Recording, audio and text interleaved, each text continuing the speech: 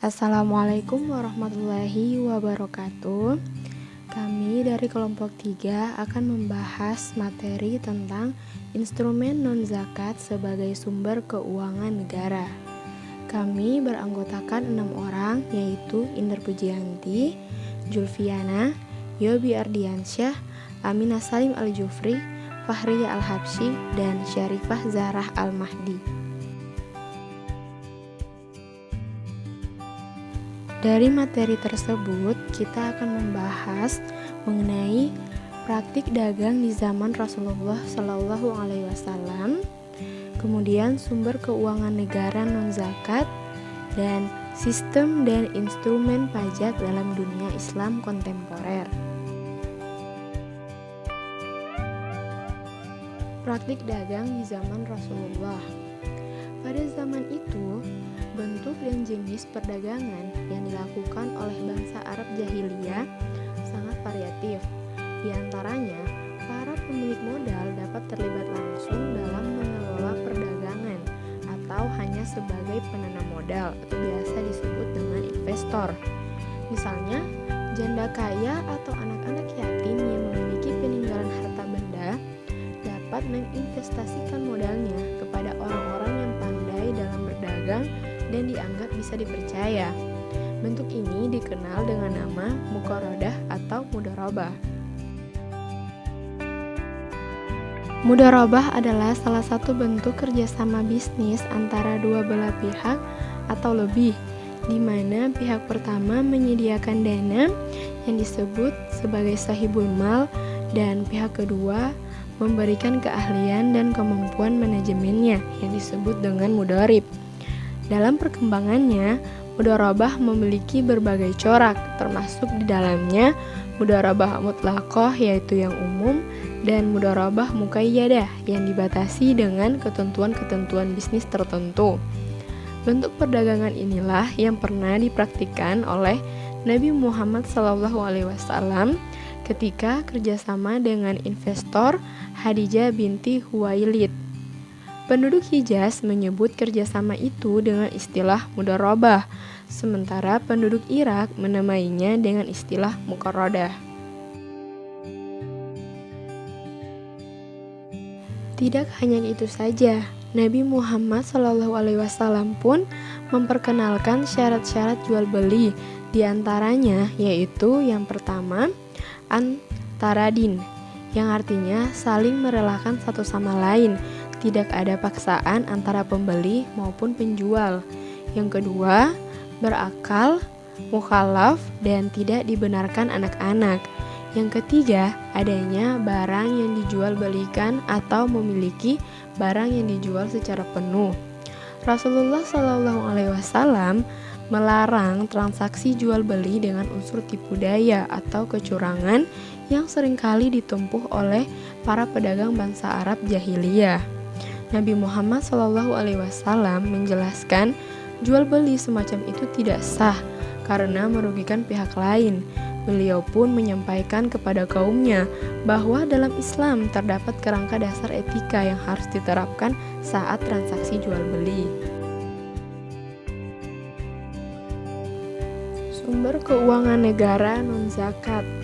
Selain zakat, sumber keuangan negara berasal dari infak, sedekah, dan wakaf, yang dimana infak adalah mengeluarkan sebagian harta benda yang dimiliki untuk kepentingan yang mengandung kemaslahatan.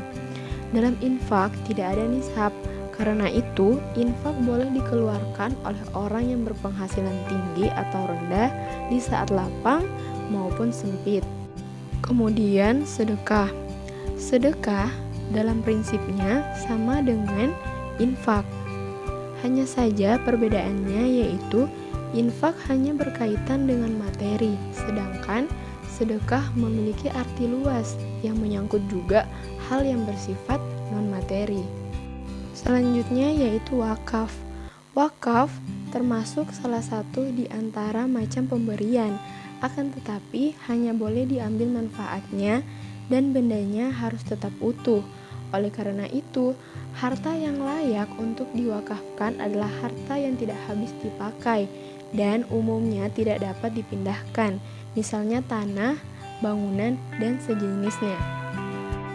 Wakaf menurut Imam Abu Hanafi adalah menahan harta benda atas kepemilikan orang yang berwakaf dan bersedekah dari hasilnya atau menyalurkan manfaat dari harta tersebut kepada orang-orang yang dicintainya. Sistem dan instrumen pajak dalam dunia Islam kontemporer. Pengertian pajak secara umum menurut Inayah, pajak didefinisikan sebagai kewajiban untuk membayar tunai yang ditentukan oleh pemerintah atau pejabat berwenang yang bersifat mengikat tanpa adanya imbalan tertentu. Dari definisi di atas, terlihat bahwa pajak merupakan suatu keharusan bagi setiap warga negara yang tidak bisa ditawar lagi. Namun, dari definisi tersebut bukan berarti pajak dapat disalahgunakan sebagai bentuk pemerasan penyelenggaraan negara kepada rakyatnya, walaupun hal ini sangat mungkin terjadi.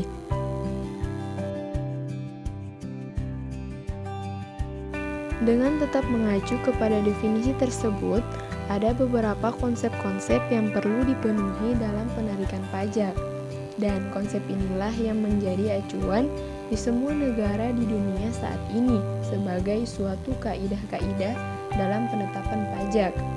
Kemudian, kaidah-kaidah pembebanan pajak tersebut yaitu yang pertama, kaidah keadilan dan persamaan. Keadilan pajak adalah kewajiban pertama yang harus dijunjung tinggi kemaslahatannya. Adam Smith menjelaskan prinsip melalui komentarnya, yaitu wajib memberikan sumbangsi perlindungan pemerintah untuk menutupi kebutuhan pangan negara sesuai kemampuan mereka yang relatif, yaitu pemilik harta bisa menikmati hartanya dengan perlindungan pemerintah. Dalam kaitannya dengan aspek keadilan, dikenal dua macam prinsip, yaitu prinsip kepuasan atas balas jasa yang diterima wajib pajak dan prinsip yang berdasarkan kemampuan membayar pajak. Jika diukur dari prinsip kepuasan atas balas jasa yang diterima wajib pajak sangatlah sulit. Hal ini dikarenakan relativitas dari kepuasan itu sendiri. Kaidah kepercayaan atau keyakinan merupakan kaidah pembebanan pajak yang kedua. Menurut Adam Smith, pajak harus berdasarkan keyakinan. Dengan demikian, segala hal yang berkaitan dengan nilai harga, nisab, kadar, waktu, dan tindakan-tindakan penghasilan yang berkaitan dengan pajak harus jelas. Untuk menumbuhkan keyakinan para wajib pajak, maka pemerintah sebagai pihak penyelenggara pajak memiliki kewajiban memenuhi dua kondisi berikut.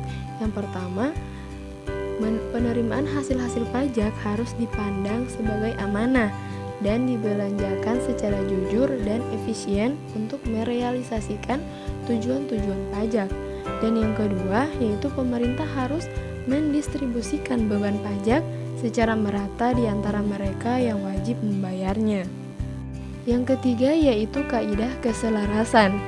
Teori ini menghendaki agar hukum yang berkaitan dengan pajak itu sesuai dengan kondisi muslim mukhalaf, khususnya yang berkaitan dengan batasan waktu dan sebab-sebab penarikan pajak.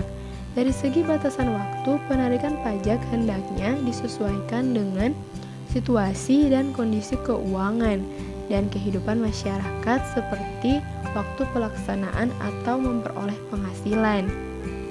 Pajak ditarik setelah panen atau ketika menjual barang produksi. Yang terakhir yaitu kaidah ekonomi. Kaidah ini menghendaki agar sikap pemborosan dan upaya maksimal dalam memperoleh hasil pajak atau sarana lain dalam perpajakan seperti mata uang, transportasi, dan inventaris atau yang berkaitan dengan kebutuhan membayar pajak dihindari sehingga manfaat pajak dapat direalisasikan dengan memperkaya hasil pajak. Sistem pengenaan pajak. Sistem pengenaan pajak yang ada pada masa kini mengacu kepada kaidah-kaidah pembebanan pajak yang dijelaskan pada bagian sebelumnya. Berdasarkan kaidah-kaidah tersebut, sistem pengenaan pajak dapat dibedakan menjadi 3, yaitu yang pertama, sistem pajak yang progresif, di mana sistem pengenaan pajak ini itu bertambah nilainya seiring dengan semakin tingginya dasar pajak. Yang kedua yaitu sistem pajak proporsional, yaitu pengenaan tarif pajak berdasarkan persentase yang sama untuk nilai objek pajak yang berbeda-beda. Yang ketiga yaitu sistem pajak yang regresif, yang dimana kebalikan dari sistem pajak progresif. Semakin tinggi dasar pajaknya, maka akan semakin rendah persentase yang dibebankan, tetapi jumlah yang dibayarkan tetap akan lebih besar untuk nilai pajak yang lebih besar pula. Selain itu, dikenal pula pungutan pajak yang sifatnya langsung dan tidak langsung. Pengenaan pajak langsung artinya seluruh beban pajak dipikul oleh wajib pajak itu sendiri dan tidak dapat dialihkan kewajibannya kepada pihak lain. Sedangkan pajak tidak langsung artinya beban pajak dapat dialihkan kepada pihak lain, baik seluruh atau sebagian dari beban pajak tersebut.